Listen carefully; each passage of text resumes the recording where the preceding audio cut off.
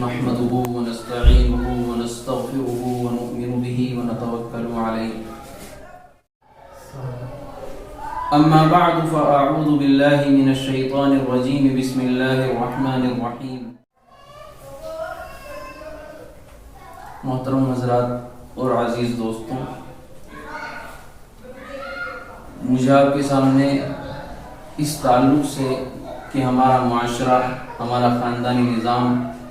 ہمارا سماج کیسے مستحکم ہو اور کیسے خوشحال زندگی ہمارے معاشرے کے لوگ گزر بسر کریں، اس تعلق سے یہاں پر کچھ کہنے کے لیے ہمارے محترم محمد ضیاء صاحب نے دعوت دی ہے، بلکہ حکم کیا ہے، اور انہی کے حکم کی بنا پر میں آپ لوگوں کے سامنے حاضر ہوں۔ حضرت مولانا محمد آصف صاحب نے سورہ نساء کی یہاں آیت تلاوت فرمائی،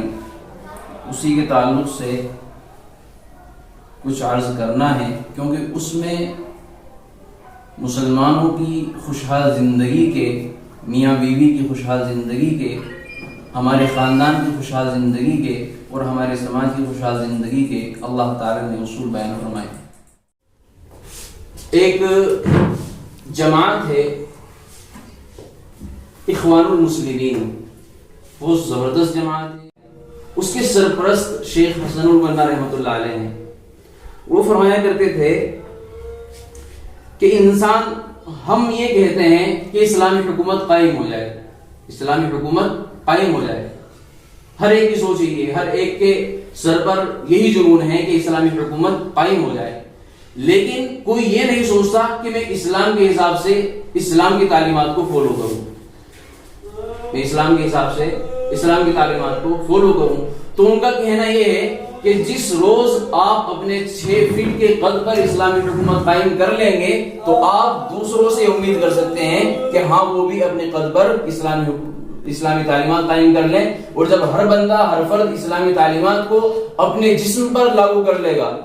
انشاءاللہ بہت جلد اس کے اثرات آئیں گے، نتائج آئیں گے کہ اسلامی حکومت قائم ہو جائے گی۔ تو میں مثال یہ دینا چاہ رہا ہوں کہ انسان اگر اپنے آپ سے اصلاح شروع کرے، اپنے آپ سے کسی بھی مہم کی شروعات کرے کہ میری زندگی اصلاح کے صحیح نتیجے پر، صحیح نہج پر اور صحیح ڈھنگ پر آ جائے، اور پھر میں دوسروں کے لیے مشعل راہ بن جاؤں، لوگ مجھے اسوہ مانیں، لوگ مجھے یہ کہہ کر کہ فلاں نے ایسی زندگی گزاری ہے، اس طرح کے اس کے اندر فالٹ تھے شروع میں، لیکن اب اس نے اپنی زندگی کو جو ہے اسلامی تعلیمات پر گامزن کر لیا ہے، اسلامی تعلیمات پر چلا لیا ہے، اسلامی تعلیمات کے مطابق اس کو ڈھال لیا ہے، تو پھر لوگ اس سے راہیاب ہوتے ہیں۔ جو ہماری ذمہ داری ہیں، ہم اپنی ان ذمہ داری کو پورا کریں۔ اللہ کے رسول نے ہمیں اپنی ذمہ داریوں کو پورا کرنے کی بات کہی ہے۔ تو اس میں صالح معاشرے کے لیے اور صالح سماج کے لیے ضروری ہے کہ خاندان صالح ہو، خاندان صالح ہو، اور خاندان کے صالح ہونے سے پہلے ضروری ہے کہ پریوار اچھا ہو، اور پریوار کی سدھار سے پہلے ضروری ہے کہ پریوار کا فرد سدھر جائے۔ اگر پریوار کے ایک فرد سے ہم شروع کریں، پریوار کا ایک ایک فرد ہماری نظر میں ہو، ہماری نگاہ میں ہو، اور پریوار کا ہر فرد سدھر جائے تو خاندان خود بخود سدھر جائے گا، خاندان خود بخود سدھر جائے گا، اور جب خاندان سدھر جائے گا تو سماج خود بخود سدھر جائے گا۔ اس معاشرے کو ہمارے اور اس سماج کو سب سے بڑا جو دیمک لگا ہوا ہے وہ ایک تو خوشحال ازدواجی زندگی نہیں گزر پا رہی ہے، یہ سب سے بڑا دیمک ہے، اور شادیوں اور بیاہوں کے اندر جو بیجا تصرفات ہو رہے ہیں، بیجا خرچ ہو رہے ہیں، فضول خرچیاں ہو رہی ہیں، یہ بھی ایک بہت بڑی اہمیت کا حامل ہے کہ ہماری بچیاں دہیج کی وجہ سے، جن کی عمریں 25 25 30 30 35 35 سال ہو گئی ہیں اور نکاح کی عمر کو پہنچ کر ان کی جوانی ڈھل رہی ہے، وہ صرف اس وجہ سے پریشان ہے، ان کے نکاح صرف اس وجہ سے نہیں ہو پا رہے ہیں کہ ان کے والدین کے پاس ان کو رخصت کرنے کے لیے جہیز کا انتظام نہیں ہے، ان کو بہترین بائک دینے کا انتظام نہیں ہے، ان کو بہترین فرنیچر دینے کا انتظام نہیں ہے، ان کو سونے چاندی کی جو ضروریات ہوا کرتی ہیں اس سماج میں وہ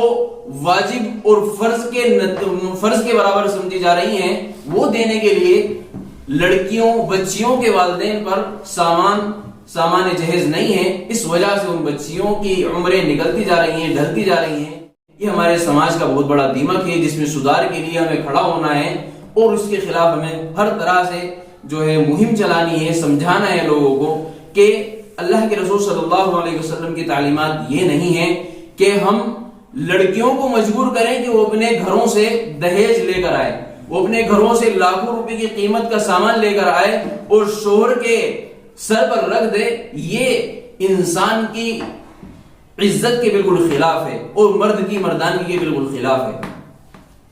مرد کی ذمہ داری کے بالکل خلاف ہے. اللہ کے رسول صلی اللہ علیہ وسلم نے اور شریعت نے تو مرد کو ذمہ دار بنایا ہے کہ وہ بیوی کے لیے مال کا اسباب کرے، وہ بیوی کے لیے گھر کا انتظام کرے، وہ بیوی کے لیے اس کے ضروریات کا انتظام کرے، نہ کہ یہ کہ شریعت نے بیوی کو یہ کہا ہے کہ وہ مرد کے لیے انتظام کرے. شریعت کا جو حکم ہے خرچ کرنے کا، الرجال قوامون علی النساء بما فضل اللہ بعضهم علی بعض وبما انفقوا من اموالهم. اللہ تعالیٰ نے مرد کو جو قوامیت عورت پر بخشی ہے اس کی ایک وجہ خود آیت کریمہ میں یہ بتائی ہے کہ وبما انفقوا من اموالهم، اس لیے کہ مرد عورتوں پر خرچ کرتے ہیں، مہر کا خرچ ہے، اس کے کھانے پینے کی ضروریات کا خرچ ہے، اس کے لیے گھر کے انتظام کا خرچ ہے، اس کے لیے ضروری اشیاء اور سامان کی فراوانی اور ان کو مہیا کرنے کا خرچ ہے. یہ سب کا سب مرد کے لیے ہے، عورت کے لیے کچھ بھی نہیں ہے. اگر کوئی شادی ہو رہی ہے، اس شادی میں مرد کچھ بھی خرچ کر لے وہ مرد کی ذمہ داری ہے. عورت لڑکی اور لڑکی کے گھر والوں پر 1 روپے کی ذمہ داری خرچ کی نہیں ہے، 1 روپے کی بھی. اس کی مثال خود سنت رسول صلی اللہ علیہ وسلم سے ملتی ہے کہ آپ علیہ الصلوۃ والسلام نے اپنی بچیوں کے نکاح کیے، آپ علیہ الصلوۃ والسلام نے خود نکاح کیے، اور کسی روایت میں یہ بات نہیں ملتی ہے کہ اللہ کے رسول صلی اللہ علیہ وسلم نے جہیز لیا ہو. کسی روایت میں یہ بات نہیں ملتی ہے کہ اللہ کے رسول صلی اللہ علیہ وسلم نے اپنی بچیوں کا جہیز دیا ہو، کسی بھی روایت میں. وہ جو مشہور ہے ہمارے معاشرے کے اندر کہ حضرت فاطمہ رضی اللہ تعالی عنہا کو اللہ کے رسول صلی اللہ علیہ وسلم نے جہیز دیا، چارپائی دی اور چکی وغیرہ اور دوسری ضروریات کی چیزیں دیں، وہ جہیز نہیں تھا. تو حضرت علی کو خود اللہ کے رسول نے پالا اپنے چچا کے بوجھ کو کم کرنے کے لیے. حضرت فاطمہ اللہ کے رسول کی حقیقی بیٹی ہیں، ان کے نکاح ہوا اور نکاح میں حضرت علی رضی اللہ تعالی عنہ سے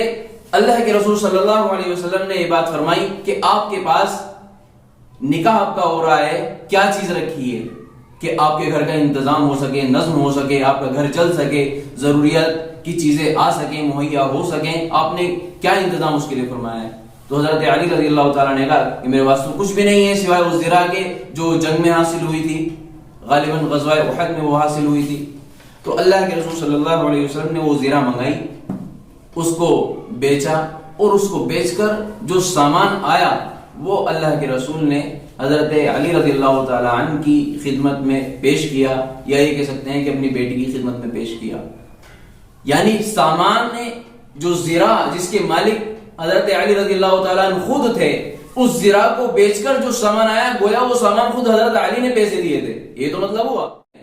زرہ تو حضرت علی رضی اللہ تعالی عنہ کے جو ہے مال تھا، حضرت رضی اللہ تعالی عنہ کی ملکیت میں سے اللہ کے رسول نے لے کر اس کو بیچ کر اس کے بعد جو سامان آیا وہ حضرت علی رضی اللہ تعالی عنہ کو پیش کیا. تو وہ جہیز کہنا ہی اس کو غلط ہے کہ اللہ کے رسول صلی اللہ علیہ وسلم نے جہیز دیا تھا، اس کو کہنا ہی غلط ہے. اگر اللہ کے رسول نے حضرت فاطمہ کو جہیز دیا تو 3 بیٹیوں کو کیوں نہیں دیا؟ کوئی روایت نہیں ملتی ہے کہ اللہ کے رسول نے اپنی باقی 3 بیٹیوں کو جہیز دیا ہو. تو لہذا یہ ایک بہت بری لعنت ہے، ایک بڑی لعنت ہے جو ہمارے سماج میں، ہمارے معاشرے میں جنم لے رہی ہے اور برادران وطن کی وجہ سے لے رہی ہے. ہم رواج سے متاثر ہو گئے ہیں، ماحول سے متاثر ہو گئے ہیں. ہمارا تو کام یہ تھا کہ ہم جہاں جائیں چراغ جلائیں، جہاں جائیں چراغ جلائیں. اللہ کے رسول صلی اللہ علیہ وسلم نے ہمیں جو پیغام دیا تھا وہ یہ کہا تھا کہ الید العلیٰ خیر من الید السفلی، الید العلیٰ خیر من الید السفلی، کہ اوپر کا ہاتھ نیچے کے ہاتھ سے بہتر ہے۔